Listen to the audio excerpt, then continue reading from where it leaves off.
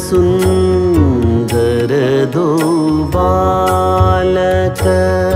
कहु नाथ सुंदर दो बालक। कहु नाथ सुंदर दो बालक। कहु नाथ सुंदर दो बालक। मुनि कुल तिलक की नृपकुल पालक। मुनि कुल तिलक की नृपकुल पालक।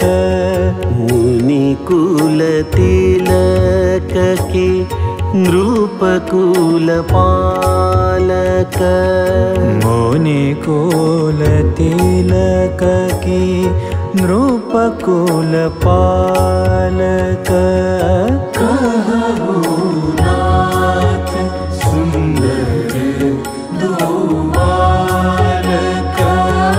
कहु नाथ सुंदर दो बालक।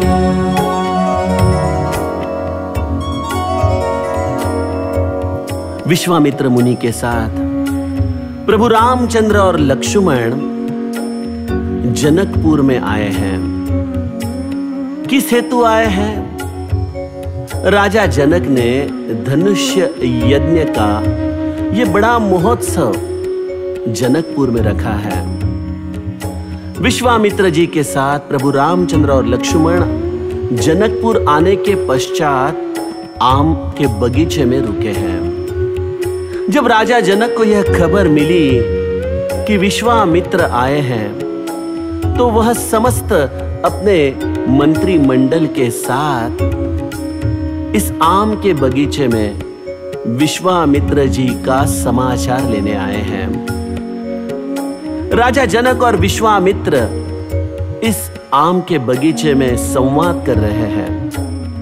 तभी प्रभु रामचंद्र और लक्ष्मण इस बगीचे में सैर लगाने के लिए गए थे और बस एक क्षण इन दोनों बच्चों का आगमन इस सभा में होता है। और जैसे ही मेरे प्रभु रामचंद्र और लक्ष्मण सभा में आते हैं, समस्त सभागण उठकर खड़े हो जाते हैं। सबके शरीर पुलकित है और विशेषत्व से विदेही राजा जनक अपने और विदेही अवस्था में खो जाते हैं। उनके नेत्रों में प्रेमाश्रु है, शरीर रोमांचित है, मन प्रेम में मग्न हो चुका है। राजा जनक अत्यंत विवेक के साथ विश्वामित्र जी को सद्गदित वाणी से यह पृच्छा करते हैं, हे स्वामी, हे विश्वामित्र जी, कहु नाथ सुंदर दो बालक। ये दो सुंदर बालक कौन हैं?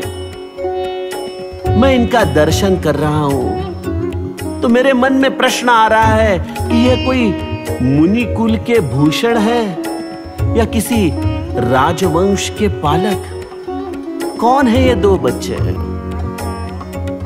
राजा जनक अपने विदेही भूमिका से इन दोनों बालकों के प्रति विश्वामित्र जी के पास पृच्छा करते हैं। गोस्वामी जी गाते हैं,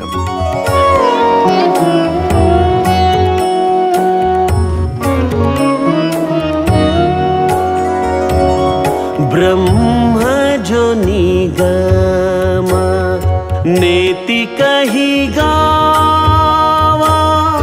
ब्रह्म जो निगम नेति कही गावा। ब्रह्म जो निगम नेति कही गावा। ब्रह्म जो निगम नेति कही गावा। उभय बेश धरी की सोई आवा। उभय बेश धरी की सोई आवा। कहु नाथ सुंदर दो बालक, कहु नाथ सुंदर दो बालक। राजा जनक को विदेही राजा जनक कहा जाता है। क्या है यह विधेय स्थिति? जो निरंतर आत्म स्वरूप में निमग्न है, वह है राजा विदेही जनक। ऐसी अवस्था में जब वह प्रभु रामचंद्र और लक्ष्मण को देखता है, अरे स्वयं अपने ही आत्म स्वरूप का दर्शन उसे इन दो बालकों के रूप में हो रहा है।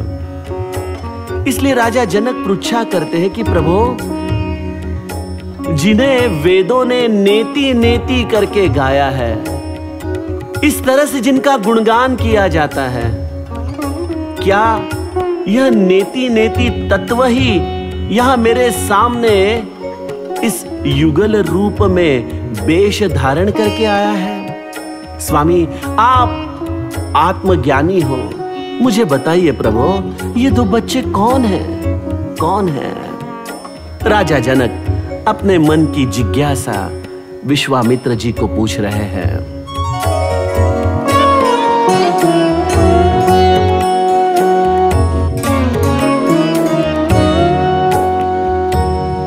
सहज विराग रूप मनु मोरा, सहज विराग रूप मनु मोरा।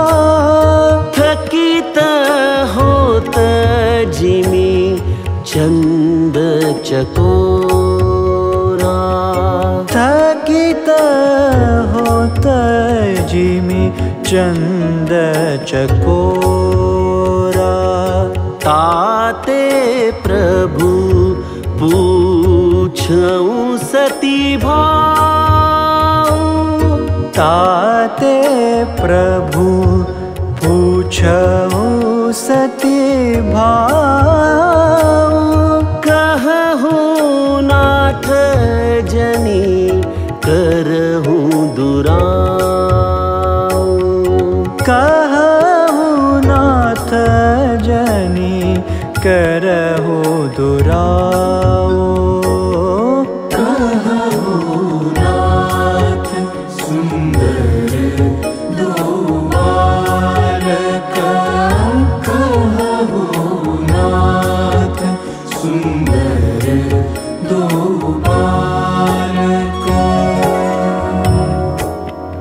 राजा जनक अपने मन का गुणधर्म विश्वामित्र जी को बता रहे हैं। प्रभु, मैं इस जनकपुर का राजा तो हूं, अत्यंत संपन्न मेरी यह नगरी, लेकिन मैं इस भोग विलास से अनंत गुना परे हूं। मेरा मन स्वाभाविक वैराग्यशील है, लेकिन ऐसे वैराग्यशील मन को भी इन दो बालकों के दर्शन के कारण एक ऐसी अनुभूति आ रही है जैसे कोई चकोर चंद्रमा की तरफ देखता हो। वो जिस आर्त भाव से चंद्रमा की तरफ देखे, वैसे मेरी दृष्टि इन दो बालकों को देख रही है। प्रभु, मैं आपको पृच्छा कर रहा हूं, ये दो तत्व रूप से कौन है? मुझे बताइए प्रभु, मुझे बताइए, मुझसे कुछ भी बिना छिपाए मुझे इन दो बालकों का तत्व रूप समझाइए।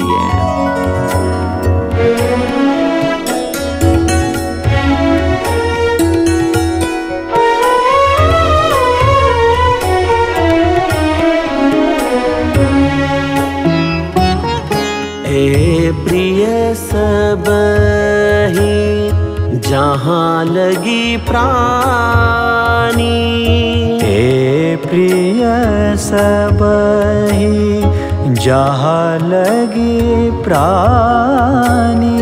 हे प्रिय सबहि जहाँ लगी प्राणी, हे प्रिय सबहि जहाँ लगी प्राणी, मन मुस्काहि राम सुनि बानी, मन मुस्काहि राम सुनि बानी, राम सुनि बानी, राम सुनि बानी। नाथ सुंदर दो बालक, कहो नाथ सुंदर दो बालक। विश्वामित्र जी राजा जनक को उनके इस पृच्छा पर उत्तर दे रहे हैं। अब देखिए, विश्वामित्र जी के सामने दुविधा ऐसी है कि असत्य वचन भी नहीं कह सकते और सत्य कह बैठे तो शायद प्रभु रामचंद्र के इस अवतार कार्य में कोई बाध्यता आ जाए। इसलिए विश्वामित्र जी बड़े संक्षेप में उत्तर देते हैं। वह कहते हैं, राजा जनक, जिस तरह से आपको यह दो बालक प्रिय लगे, ऐसे इस ब्रह्मांड में कौन जीव है जिन्हें यह प्रिय नहीं लगते हैं। देखिए, विश्वामित्र जी ने कितना सटीक जवाब दिया है। हमें सभी जीवों को अपना प्राण अत्यंतिक प्रिय है और यह प्राण की चेतना ही तो प्रभु रामचंद्र है। तो हर जीव जिस तरह से अपने प्राण पर प्रीति रखता है, अर्थात वो प्रभु रामचंद्र पर ही प्रीति रखता है। विश्वामित्र आगे कुछ कहे जिसके कारण राजा जनक जान जाए कि यह दो बच्चे, यह दो बालक कोई सामान्य मनुष्य जीव नहीं है, यह तो प्रत्यक्ष ब्रह्म स्वरूप है। विश्वामित्र आगे कुछ कहे, प्रभु रामचंद्र मन ही मन मुस्कुराते हैं, जैसे विश्वामित्र जी की कहते हैं कि स्वामी बस आगे कुछ मत कहिए। आपने जो मेरे स्वरूप को पहचाना है, उस स्वरूप को अपने हृदय में ही सीमित रखिए। विश्वामित्र जी प्रभु रामचंद्र का यह सद्भाव मौन रूप से जान जाते हैं और तुरंत इन दो बालकों का लौकिक परिचय राजा जनक को करके देते हैं। कहते हैं, रघुकुल मनि दशरथ के जाए, मम हित लागी नरेश पठाए। हे राजा जनक, ये अयोध्या नरेश राजा दशरथ के दो सुपुत्र हैं, जिन्होंने मेरे कार्य के लिए इन दो बालकों को मेरे साथ वन में भेजा था। ऐसा कहके राजा जनक को प्रभु रामचंद्र और लक्ष्मण की लौकिक पहचान विश्वामित्र जी करते हैं और इस अत्यंत संक्षेप रूप से किए हुए इनके परिचय के द्वारा वह ब्रह्म स्वरूप है, यह भी वो राजा जनक को बताते हैं। गोस्वामी जी का अत्यंत सुंदर भाव विभोर ऐसा इन चौपाइयों के द्वारा प्रभु रामचंद्र का दर्शन।